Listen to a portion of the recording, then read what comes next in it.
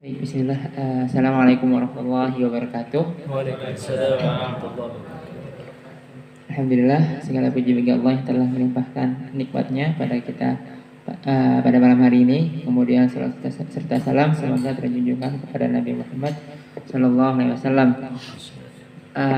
Alhamdulillah tadi sudah disampaikan sebelumnya sama Ustadz Raihan bahwasanya kita sudah berada di penghujung acara ini ya, atau mungkin bisa dibilang ujian sambil rasa liburan lah.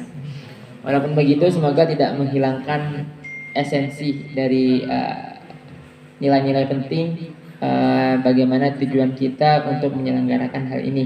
Tentunya acara ini dikonsep oleh para asatid dan ane mewakili para asatid untuk menyampaikan beberapa hal evaluasi atau mungkin hal-hal yang memang harus disampaikan gitu, baik untuk santri maupun yang lainnya.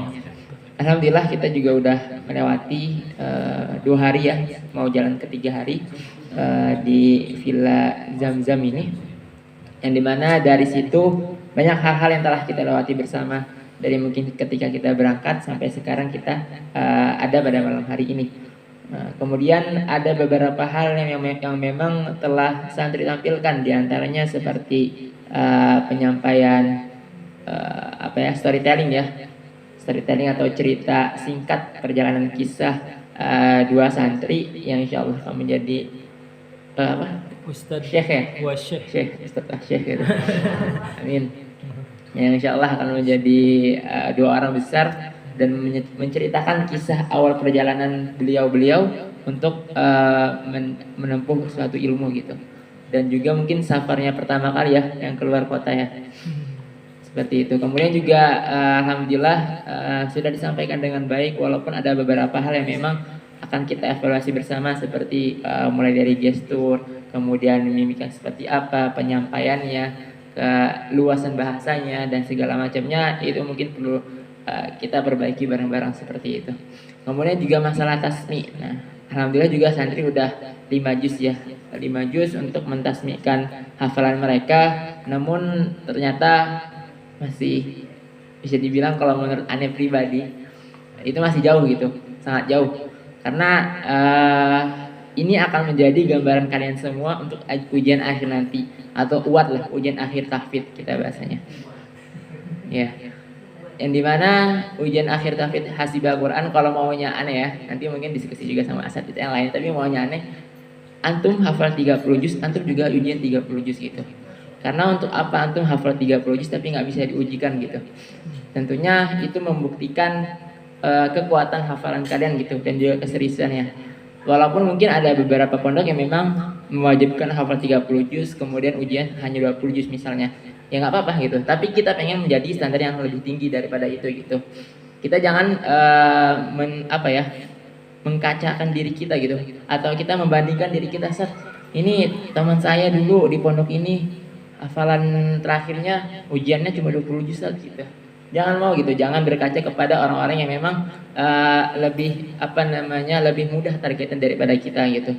Dan tentunya ketika kalian ujian akhir tahfidz itu bukan istamir ayat gitu, bukan melanjutkan ayat gitu, tetapi kalian membaca dari awal hingga akhir gitu. Dan itu berselang waktu selama paling lama itu 2 hari atau 48 jam gitu. Dan itu merupakan hal yang mungkin gitu, karena sudah banyak contoh-contohnya gitu. Contoh-contoh para santri yang memang ane temukan bisa membacanya kurang dari 2 hari gitu. Dan itu harus kalian latih, dan ini merupakan tempat latihan kalian, yaitu dengan kalian mentasmikan Al-Quran. Justru kalau misalnya Randia memang dapat 3 juz ya, itu lebih baik gitu, karena itu lebih latihan gimana caranya ngelatih suara kita supaya nggak habis duluan, gimana supaya kita memporsir energi kita di awal-awal, kemudian kita mengontrol hafalan kita, menjaga temponya. Tetapi kita juga dituntut untuk waktu selesai dalam 2 hari gitu, karena itu udah tolak ukur yang memang bisa dibuktikan lah kekuatannya gitu. Adapun kalau udah lebih dari itu, maka mungkin bisa jadi ketika udah tentang waktu sholat bisa jadi ngeliat mushaf dulu, atau nanya temen, ini lanjutan tadi apa ya gitu. Itu pun bisa terjadi ketika ujian akhir tahfidz itu menjadi lebih dari 2 hari. Oleh karena itu kalian semua di sini jadi ajang latihan kalian gitu. Dan kita juga menemukan banyak kesalahan, entah karena grogi atau mungkin pertama kali, ya insya Allah masih bisa dimaklumi gitu. Tapi untuk selanjutnya, Anda berharap dipersiapkan lagi dengan lebih baik lagi. Tentunya persiapan itu tidak datang ketika pengen menyelenggarakan suatu acara gitu. Tetapi kalian mempersiapkannya mulai besok ketika udah balik ke pondok, langsung mempersiapkan lagi. Karena sejatinya persiapan kalian ada murojaah, dan murojaah itu tidak terjadi atau tidak hanya terjadi ketika ada acara seperti ini, tapi mulai dilakukan esok hari seperti itu. Selama nyawa masih di tenggorokan kalian lah, maka peganglah Al-Quran itu dan murojaahlah terus gitu. Cukuplah kami sebagai asatid yang mungkin hafalannya masih kurang, jangan dicontoh gitu. Kita masih mungkin ada ustaz-ustaz yang memang udah selesai Al-Quran kemudian gak mungkin, ya itulah evaluasi kami gitu. Dan kita pengen kalian itu lebih baik dari kita semua seperti itu. Dan kita pengen santri-santri kita semuanya bisa bahasa Arab dengan fasih, melebihi ustadznya, kemudian juga bisa mungkin hafalannya dan juga dapat syarat melebihi ustadznya, dan juga paham sejarah yang dimana pahamnya juga melebihi ustadznya gitu. Justru kita menjadi satu guru yang gagal ketika kalian di bawah kita seperti itu, dalam artian keilmuannya gitu. Karena guru yang sukses itu ketika mendapatkan murid yang memang melebihi atau melampaui kemampuannya seperti itu. Insya Allah kalian bakal kalau kita diskusi para aset itu, masya Allah ya santri sekarang gitu. Santrinya 2, ustadznya 3 gitu, melebihi hal-hal yang memang seharusnya gitu, yang mungkin orang satu-satu gitu kan, ini 2-3 gitu. Kalau 1-1 oke lah gitu, ini 2-3 yang dimana asatidnya lebih banyak daripada santrinya. Dan semoga ini menjadi ajang yang harus kalian manfaatkan seperti itu. Jangan sampai kalian malah berleha-leha gitu.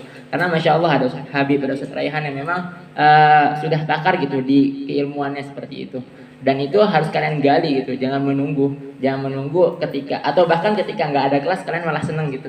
Justru dengan nggak ada kelas itu adalah kesempatan kalian untuk memurojaah hafalan atau memurojaah madah-madah atau pelajaran yang memang kalian telah pelajari sebelumnya gitu.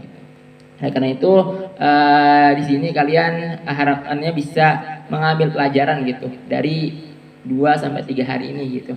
Mungkin nanti bakal Ustadz ada sedikit tugas lah buat kalian. Kalau Randi bilang ini Ustadz nih ngide terus nih.